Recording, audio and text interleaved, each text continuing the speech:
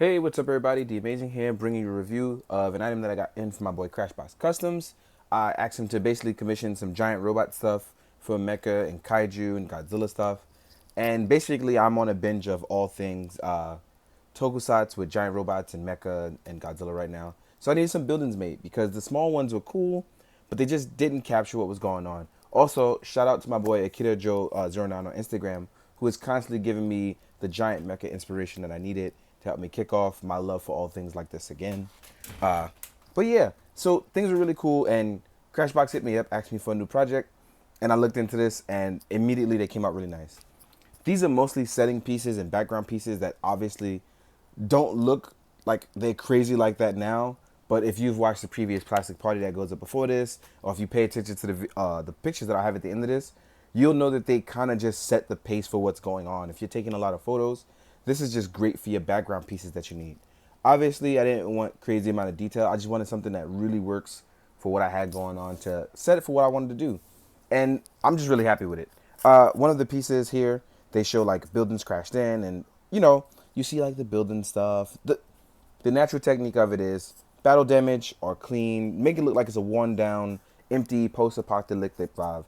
If you like stuff like Shin Getter or Mazinga Z, this is really for you. Super Robot Wars, it's really that like that vibe. Like even now you see the dynamic slash through, so you could do like stuff hanging from buildings or crashing or falling. I've really enjoyed the look of these, and I'm trying to put them to the test by making them look as good as possible. Some of the battle damage ones I asked specifically for, which is really cool, are these actually three pieces that I have here. And this set is actually really nice because what happens is, for this piece, I wanted to make it look like if something crashed through or went through a building, but the structure actually stayed the same, which probably architectural wise is not even possible. It doesn't even matter. If you watch a lot of anime, it is. So if something crashed or went through a building like only halfway through, something like this would look that way. So you can either do the carved in look, the crashed look, the broken look. So I like it. Although it may not look like much, it definitely works for what you got going on in photos. And if you follow me on Instagram, you know I've already posted a few. But by the end of this video, you'll see a ton of them. I'm also going to add it to the website, so that way you guys can look at it at all times. Here I wanted to aim for something like the slash through, like if you were fighting and somebody cut through. So I was just aiming for that here. Even here, like kind of like the Wolverine thing with claws for animals.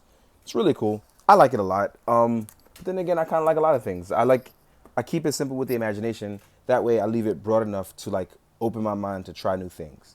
These ones are more like giant bullet holes or fists that you can see being punched through. So I kind of left the imagination open enough that I could try all these new and cool things. Real quick, I want to show you guys size-wise with these buildings, because I have them all at different heights. What you got going on that you can try it. And the scales that actually work with them. Real quick, this is a smaller Pacific Rim robot. This is Guardian Bravo. And as you can see here, it works just like kind of in the movies where he's kind of the same size as some buildings, but not bigger than all of them. So the skyscrapers actually really work here. It's actually a really good size-wise scale. Something that I was aiming for. Stuff like Obsidian Fury, which is a little bigger. It still works in hand with some of the other buildings. Even Gypsy Danger, they just really work for the buildings. Even the larger to medium ones, where you can do a lot of stuff with it. Leaves the imagination really open. Let me put these guys down. Then you have stuff like Macross. So the Valkyrie 1100. This is the High Metal R line. So that is the VF1S. And here is the Regolt, or what some people call the Battle Pod, if you watch just Robotech. So size-wise and scale-wise, this is something that's really nice. This one actually works really, really well. My Battle Pod is, I've played with it so much. So, as you can see here, scale-wise, they look really nice in between the smaller and medium buildings. Even this one where it's like, this is just what's left of the building after something crumbling. It's really cool, so you can work in your settings. Let's move these guys out of the way. Oh.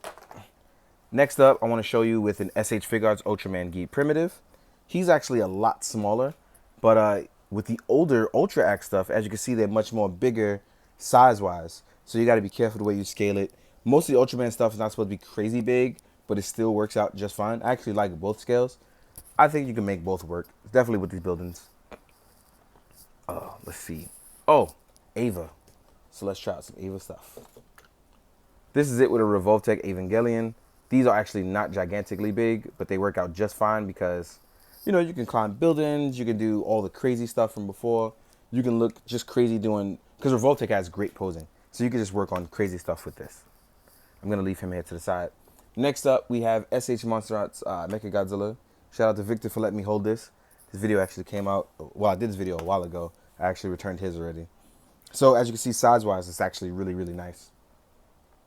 And then we have stuff like the Super Robot Chogokin Mazinga Zero, which is a bigger robot for the Mazinga stuff, with the exception of stuff like Mazen Kaiser, who's actually a much bigger robot. So yeah.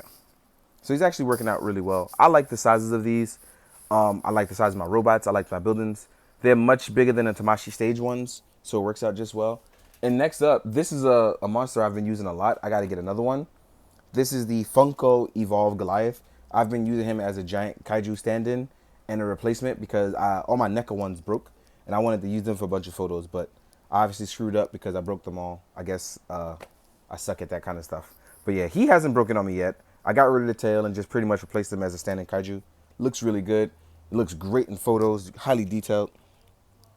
And last but not least, there is the Sofubi Spirit Raijin, which actually works out really, really well with all these buildings.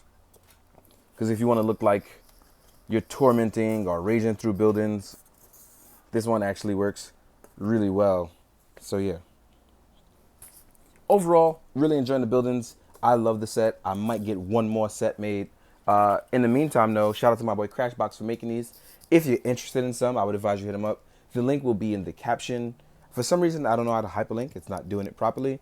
But you can copy and paste it, put it in, you'll be able to find him. No big deal, right? In the meantime, guys, hope you enjoyed. Hope you found this informative. Hope you try out new and cool things. Take photos of your toys and play with them. And do good, be good, most of all, drink your water. Later.